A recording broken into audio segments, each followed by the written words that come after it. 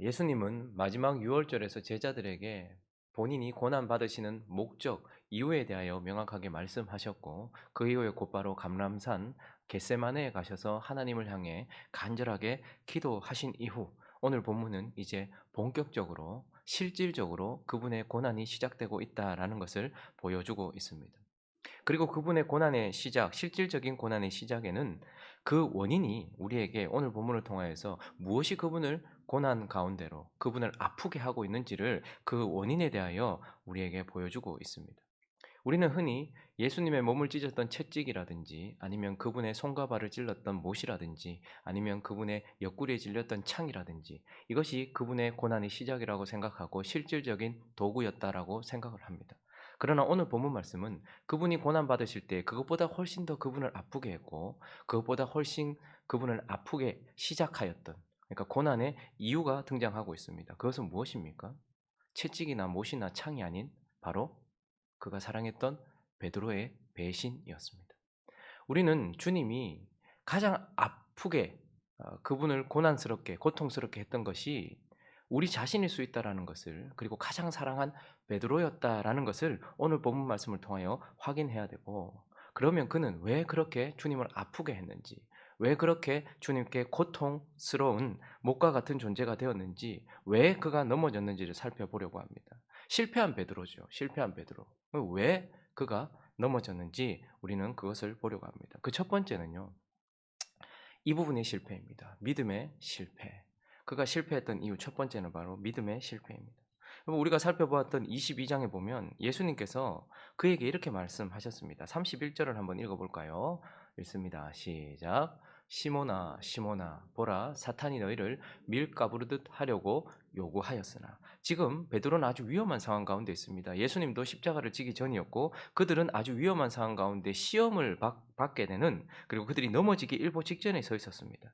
그리고 그들을 넘어뜨리는 강력한 존재 그들 속에 있는 죄도 무섭지만 그들 밖에서 그 죄를 부추겨서 결국 넘어지게 만들 사단이 너희를 밀가부르하려고 내게 요구하였고 나는 그것에 대하여 어느 정도 허락하였다라고 주님께서 말씀하셨어요. 그런데 이런 상황 속에서 여러분 한번 생각해 보십시오. 너 곧 넘어질 수 있어. 너 정신을 바짝 차려야 돼. 네 인생 가운데 큰 어려움이 찾아올 거야. 라고 말씀하시는 그 순간에 그가 이렇게 말합니다. 33절에 보니까요. 시작. 그가 말하되 주여 내가 주와 함께 오게도 죽는 데에도 가기를 각오하였나이다. 문제는 무엇입니까? 그에게 믿음이 없는 것이 아니라 그의 믿음의 근거가 무엇인가 하는 것입니다. 그는 하나님을 믿는 믿음이 아니고 자기 자신의 열심과 자기 자신의 그 뜨거움 이것을 믿는 믿음이었다라는 것입니다. 우리는 흔히들 우리 자신은 이렇게 되지 않을 것이라고 생각합니다. 우리가 살다 보면 주님께서 우리의 위험한 상황 가운데 뭐 환경을 통해서든 성령의 감동을 통해서든 말씀을 통해서든 사람을 통해서든 우리에게 경고하실 때가 있습니다. 사실 이건 아주 위험한 상황이었습니다. 사단이 너를 밀가부르트 하려고 지금 청구하였고 나는 지금 어둠의 시간으로 걸어 들어가고 있고 너희도 시험 앞에 서 있다. 그렇게 말씀하시는 상황 가운데서도 나는 죽어도 이렇게 말합니다. 그래서 우리도 베드로를 보면서 어떻게 이렇게 교만할까? 어떻게 이렇게 뭘 모를까 생각할지 모르겠지만 우리도 이럴 수 있다는 것이죠. 우리의 마음도 그렇지 않습니까? 저와 여러분은 흔히 나는 다윗처럼 하나님이 주시는 축복 속에서 결코 뭐 간음을 한다든지 살인을 하지 않을 거야. 우리는 그렇게 생각합니다. 다윗은 그렇게 넘어졌고 내 옆에 있는 사람들이 판판이 넘어지고 있는데도 나는 다윗처럼 그렇게 간음하거나 살인하는 자는 되지 않을 거야. 나는 그렇게 무뎌지지는 않을 거야. 나는 솔로몬처럼 하나님이 주신 축복 속에서 결국은 마음을 돌이키지도 못하는 그냥 결국 하나님을 떠나버리는 그런 솔로몬처럼 되지는 않을 거야. 우리는 그렇게 생각을 합니다. 우리는 마가처럼 겟세마네에서 겉옷까지도 벗어두고 홀몸으로 다 벗고 도망가는 그리고 선교 현장에서 바나바와 바울을 내버려 둔 채 무서워서 다시 선교 현장에서도 도망가는 나는 그런 도망가는 사람은 되지 않을 거야. 나는 데마처럼 세상을 사랑하여 데살로니가로 가는 그런 인생은 되지 않을 거야. 나는 다윗처럼 범죄하지도 않을 것이며 나는 솔로몬처럼 마음을 돌이키지도 못하는 그런 상태에 떨어지지도 않을 것이며 나는 마가처럼 도망가지도 않을 것이고 나는 결국 대마처럼 세상에 빠지는 그런 사람은 되지 않을 거야 라고 생각하는 근거가 무엇이냐는 말입니다. 나는 그런 사람이 되지 않을 거라는 나 자신을 향한 믿음, 나 자신의 믿음. 그러나 이것은 믿음이긴 하지만 영적인 세계에서는 아무런 도움을 주지 아니하는 그런 잘못된 믿음인 것입니다. 이때 베드로는 뭐라고 말해야 됐을까요? 그러면 나를 붙들어 주십시오. 나는 넘어지겠으나 주는 넘어지지 않으오니 나를 붙들어 주십시오라고 근거를 바꿔야 했던 것이죠. 그러나 그는 그리 하지도 않았고 34절은 더 이렇게 말하고 있어요. 예수님께서 이렇게 말씀하십니다. 시작. 이르시되 베드로야 내가 내게 말하노니 오늘 닭 울기 전에 네가 3번 나를 모른다고 부인하리라 하시니.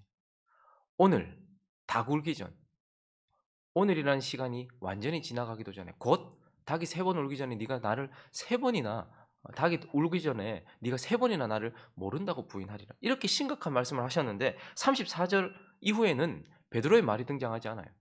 여러분 만약에 주님께서 여러분에게 이렇게 말씀하신다면 야 김영웅 너 오늘 지금 설교 끝나자마자 네 넘어질 거야. 너 세상에서 넘어져서 나를 모른다고 부인할 거야. 만약에 주님께서 그렇게 말씀하신다면 뭐라고 해야 될까요?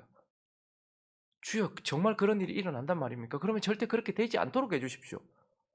그분의 계시를 믿어야 했고 그분의 말씀을 믿어야 했어요. 그러나 그는 그분에 대한 믿음, 하나님에 대한 믿음도 없었지만 하나님이 주시는 말씀에 대한 믿음도 사실은 없었어요.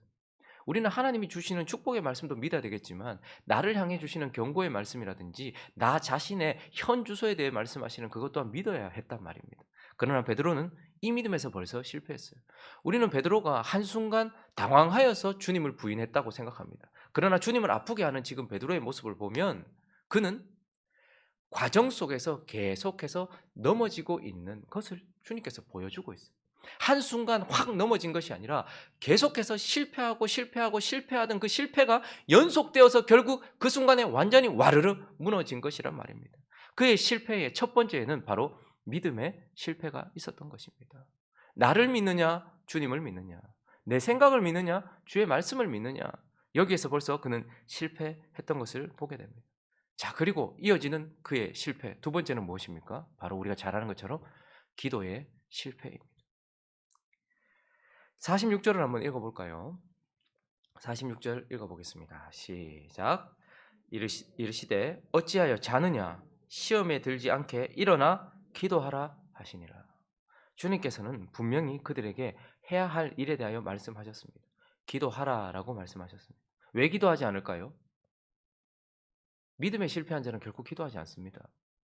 자기 자신을 근거하고 있는 자는 결코 기도하지 않습니다. 예수님의 기도의 습관을 우리가 어제 보았는데 그분은 습관을 또 쫓아 그러니까 일상 속에서 늘 그리고 무릎을 꿇고였습니다. 그러니까 인성을 입고 계셨던 그 예수 그리스도는 언제나 자기의 연약함을 인식하시면서 기도하고 계셨다라는 거예요. 인생은 넘어질 수 있다는 것을 알고 계셨기 때문이죠. 죄가 없으신 그분도 그리하면서 우리에게 본을 보이셨거늘 베드로는 지금 주님께서 명확하게 말씀하신 그 상황 속에서 그리고 그가 기도해라라는 그 명령 앞에서도 그는 기도하지 않았던 것을 보게 됩니다. 여러분 우리가 넘어질 때에 믿음의 실패 이후에 반드시 따라오는 것이 있습니다. 그것은 바로 기도의 실패입니다. 기도의 실패는 기도를 하지 않는 것도 실패고 잘못된 기도를 하는 것도 실패입니다. 우리가 주님 앞에 잘못된 기도를 하는 것도 실패라고 할 수 있는 것이죠. 그렇게 베드로가 넘어지는 과정 속에 이제 주님은 사실 22장 전체를 통하여서 그분에게 박힌 못은요 쾅, 쾅, 쾅 하면서 점점 바뀌었던 것처럼 베드로도 점점 넘어지면서 주님을 아프게 하고 있었다는 거예요. 믿음의 실패를 보았던 주님이 기도의 실패를 보면서 그분은 땀이 피가 되기까지 그렇게 기도하고 오셨을 때에 자고 있는 그들을 보면서 주님은 그의 기도의 실패를 보며 가슴 아파했던 것입니다. 그리고 또한 그가 무엇에 대하여 실패했습니까? 바로 소망에 대한 실패로 넘어가게 됩니다. 그러니까 기대가 잘못된 기대를 주님과 맞지 않은 기대를 가지고 있었고 그 기대를 저버린 주님을 버렸다는 것을 보게 됩니다. 여러분 우리는 베드로와 제자들이 주님을 곧바로 떠났다라고 착각할 때가 있어요. 바로 부인했습니까? 바로 도망갔습니까? 우리가 어제 본문 말씀 22장 49절을 한번 보십시오. 그 무리들이 검과 몽치를 가지고서 예수님을 잡으러 왔을 때에 그들이 처음부터 두려워서 도망을 가거나 혹은 그 자리를 피해버리지 않았다는 것을 보게 됩니다. 그의 주위 사람들이 그 된 일을 보고 여짜오되 주여 우리가 칼로 치리까? 지금 든든하게 일어나서 맞서 싸우려고 하고 있는 그들의 용감함이 보이고 있습니다. 그런데 이미 그렇게 말하고 있는데 50절은 볼까요? 읽습니다. 시작. 그중 한 사람이 대제사장의 종을 쳐 그 오른쪽 귀를 떨어뜨리니라. 여러분 귀를 떨어뜨렸다는 것은 정확하게 잡고서 잘랐겠죠. 귀를 떨어뜨리면서 네가 잘못했다는 것을 말하고 있는 거예요. 네가 죄인이라는 것을 말하고 어디서 감히 예수 앞에 그렇게 벌떡 일어나서 지금 그 자리를 피하기는커녕 거기서 일어나 싸우고 있는 모습을 보게 됩니다. 결코 베드로는 그 자리를 도망가거나 피했던 사람이 아니었습니다. 믿음에도 실패했고 기도에도 실패했지만 육신의 힘을 가지고서 그렇게 했단 말이죠. 그런데 저렇게 했던 이유가 무엇일까요? 그에게는 기대가 있었어요. 소망이 있었어요. 내가 선빵을 날리면 뒤에서 이제 주님이 역사하실 것이고 그 주님의 아버지 되신 하나님께서 이 상황을 모면하게 하실 것이라는, 어디 감히 하나님의 아들에게 검과 몽치를 가지고서 하면서 그가 이렇게 행하면 그 이후에 주님이 내 기대대로 역사하시고 하나님은 서포트해 주실 것이라는 기대를 가지고 있었다는 말입니다. 그런데 주님이 검을 놓으라고 말씀하시고 그가 잘랐던 귀를 치료해 주시고 하나님은 아무 일도 하지 않는 것 같은 상황이 펼쳐졌을 때에 드디어 어떻게 되는 것입니까? 베드로는 도망가 버리는 것입니다. 우리가 주님을 떠나는 위치도 바로 이런 위치일 것입니다. 우리는 처음부터 주님을 떠나거나 그 자리를 버티지 않지 않습니다.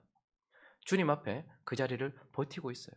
그런데 시간이 지나는데 나의 기대와 전혀 다른, 나의 소망과 전혀 다른 상황으로 펼쳐질 때 베드로는 예수님이 겟세마네에서, 그리고 하나님이 예수님을 겟세마네에서 건져 주기를 기대하고 소망했었어요.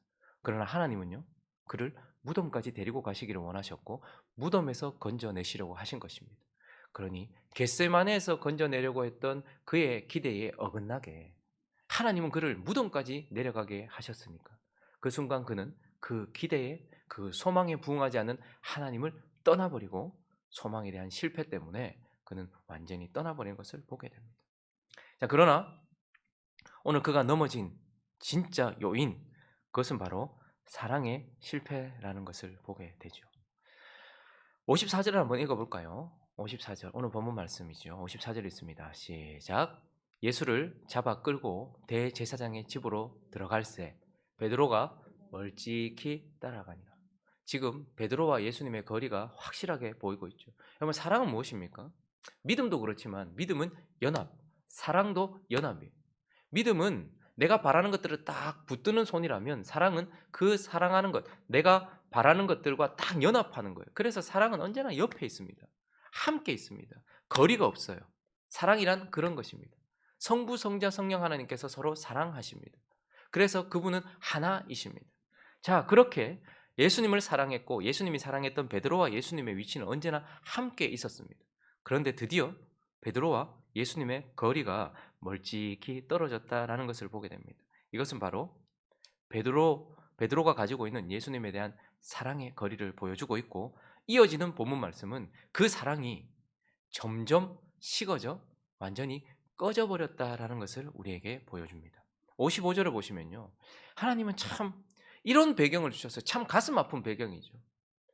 짙은 어둠이 내려 깔려 있습니다. 어둠의 시간이죠. 영적으로도 그렇고 물리적인 시간으로도 어둠입니다. 그런데 그곳에 사람들이 뜰 가운데 뭐를 피워놨습니까? 불을 피워놨어요.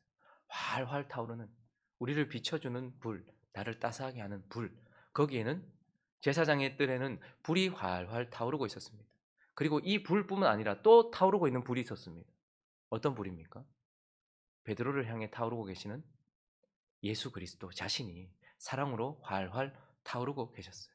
그곳에는 베드로를 비추는 불이 두 개나 있었습니다. 자, 그런데 그 가운데 있을 때에 56절을 보니까요, 한 여종이 베드로의 불빛을 향하여 앉아 있는 것을 보고 주목하여 이르되 이 사람도 그와 함께 있었다라고 선포를 해버립니다. 베드로를 향해 활활 타오르고 있는 그 불과 그리고 예수 그리스도의 사랑의 불, 그 앞에서 어떤 한 사람이 말했단 말입니다. 여종이 그렇게 말했더니 57절 한번 읽어볼까요? 시작. 베드로가 부인하여 이르되 이 여자여 내가 그를 알지 못하노라 하더라. 지금 한 단계 뒤로 확 물러가면서 주님을 향해 타오르고 있었던 그 불이 훅 꺼지고 있는 것이 느껴지십니까? 그리고 58절을 보니까요, 조금 후에 다른 사람이 또 너도 그 도당이다 라고 말했을 때 셋째 줄 읽어볼까요? 시작. 베드로가 이르되 이 사람아 나는 아니로다. 감정적으로 더 격해지면서 나는 주님을 모른다, 나는 그 사람을 모른다 라고 불이 더 확 꺼지고 있는 것이 보이십니까? 59절을 보니까요, 1시간쯤 지났어요. 시간이 꽤 지났습니다. 그는 주님을 향해 타오르고 있었던 불이었어요. 그러나 꺼지고 있는 불이었죠. 그런데 또 한 사람이 장담해요.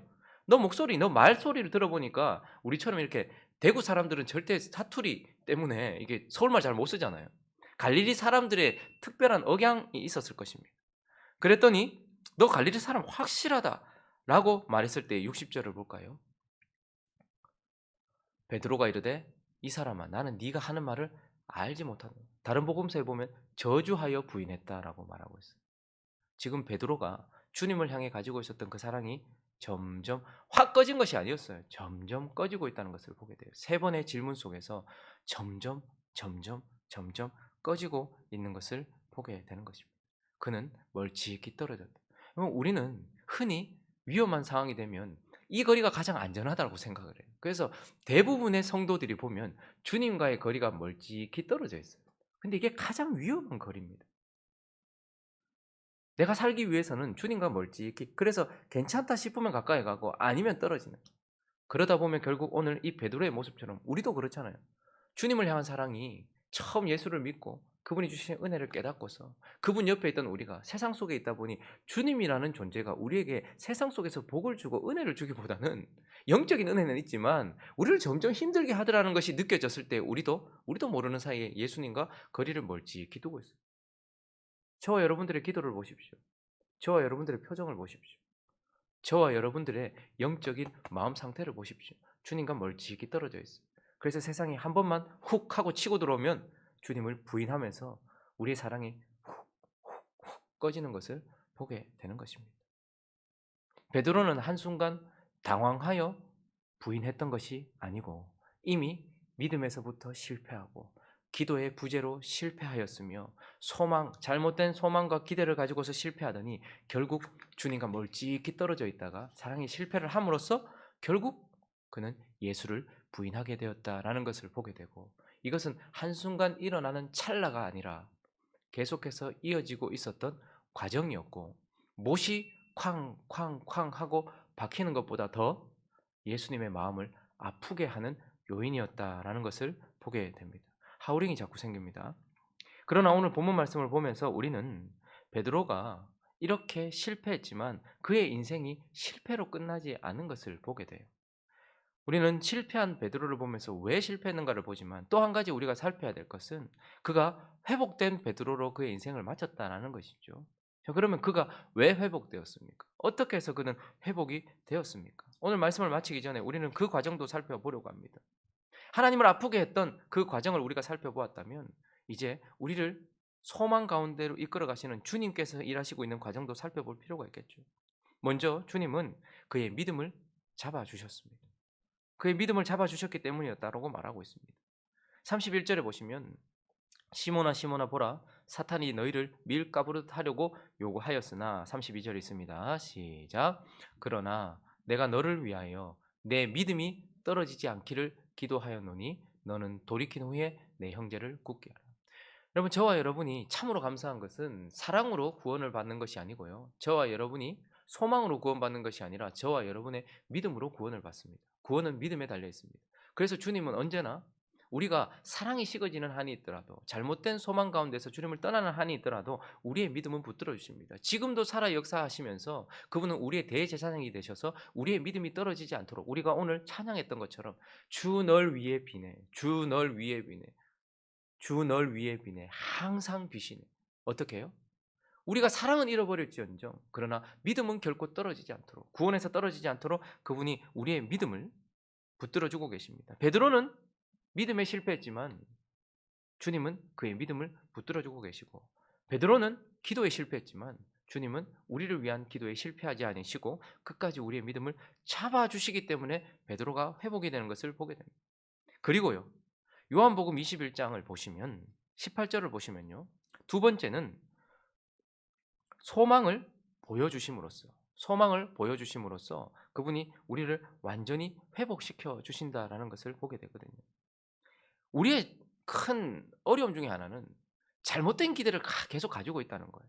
그래서 주님은 이제 베드로에게 영원히 그가 붙들고 가야 될, 주님 앞에 서기까지 붙들고 가야 될 바르게 된 기대, 그가 해야 될 기대, 소망을 보여주셨습니다. 18절에 보면요, 내가 진실로 진실로 내게 이르노니 네가 젊어서는 스스로 띠띠고 원하는 곳으로 다녔거니와 늙어서는 네 팔을 벌리리니 남이 내게 띠를 띠우고 원하지 아니한 곳으로 데려가리라. 19절에 보면 이 말씀이 뭔가 하였더니 죽음으로 하나님께 영광을 돌려드릴 그가 끝까지 바라봐야 될 그의 기대, 그가 어떻게 죽을 것인지, 그가 어떤 기대를 가지고 어떤 소망을 가지고 어떤 비전을 가지고 살아가야 될 것인지 그에게 보여주셨습니다.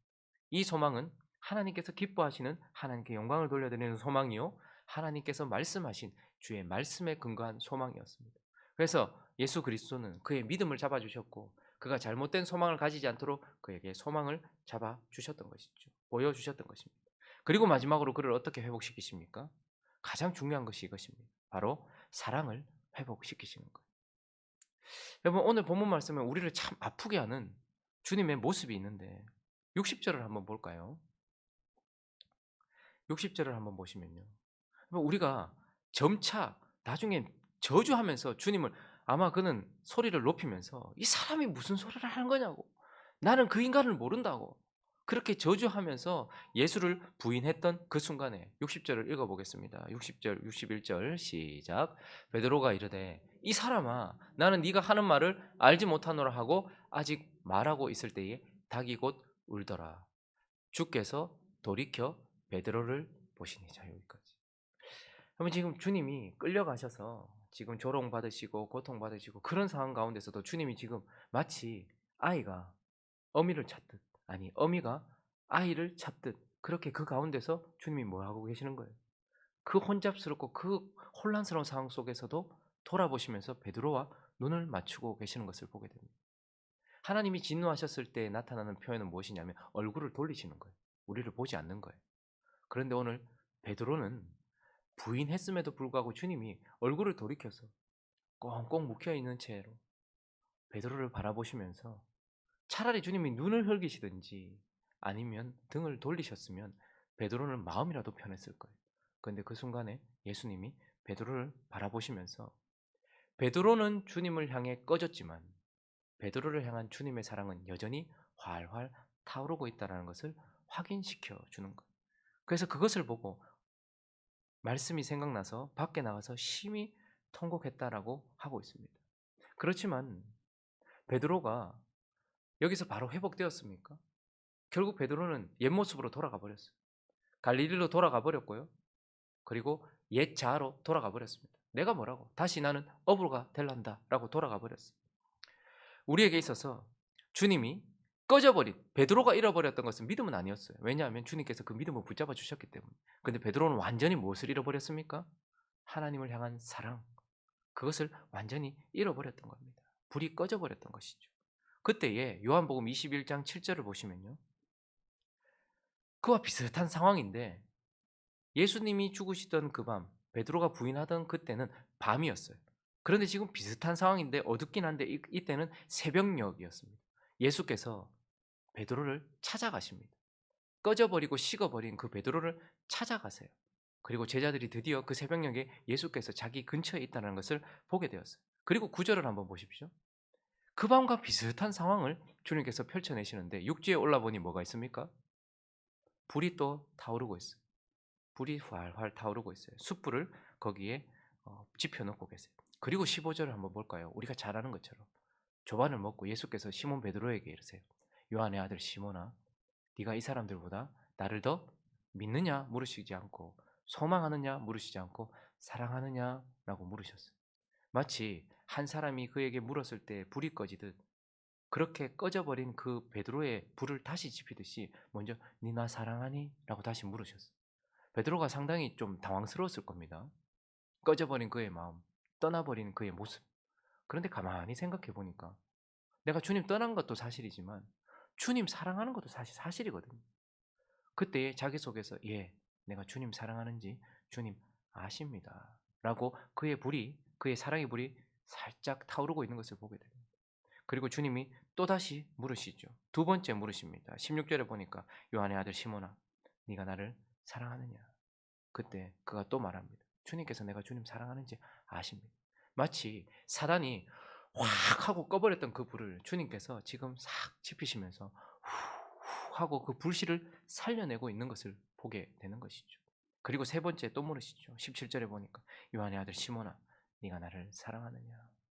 또 물으시니까 고민되는 것도 사실이지만 내가 주님 사랑하는지 주님 아십니다. 그때 꺼져버렸던 베드로 속에 있었던 그 사랑의 불이 확 타오르고 있는 것을 보게 되는 것이죠. 주님께서 베드로를 어떻게 회복시키셨습니까? 그분이 믿음을 붙들어 주심으로써 그리고 흔들리지 않는 소망을 주심으로써 그러나 꺼져버렸던 그 사랑을 다시 일으켜 주심으로써 회복시켜 주셨다라는 것을 보게 됩니다. 말씀을 정리하겠습니다. 고난 주간을 지나고 있는 저와 여러분이 예수님을 아프게 했던 요인들을 반드시 살펴야 됩니다. 그분의 몸을 찢었던 채찍과 그분의 손과 발에 박혔던 못, 그리고 그분의 옆구리를 찔렀던 창, 우리는 그것을 보아야 합니다. 그러나 그분을 가장 아프게 찔렀던 것은 그분이 가장 사랑했던 제자였다라는 것을 보면서 저와 여러분이 주님을 아프게 할 수 있는 못이 될 수 있고 창이 될 수 있고 채찍이 될 수 있다라는 것을 봐야 됩니다.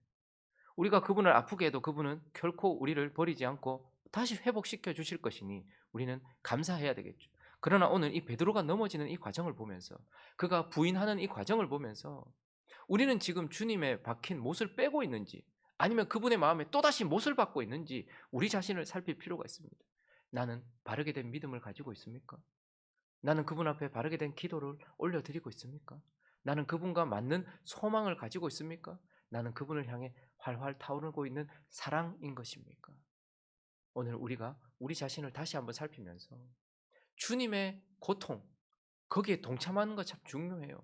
그러나 내가 그분의 고통이 되고 있지는 않은지 우리 자신을 살피면서 그분의 고통을 강하게 만들었던 베드로의 모습과 같은 그런 모습이 되지 않게 해달라고 우리 자신을 살피고 기도하며 그분의 고난에 동참하는 저와 여러분 되시기를 예수 그리스도 이름으로 축원합니다.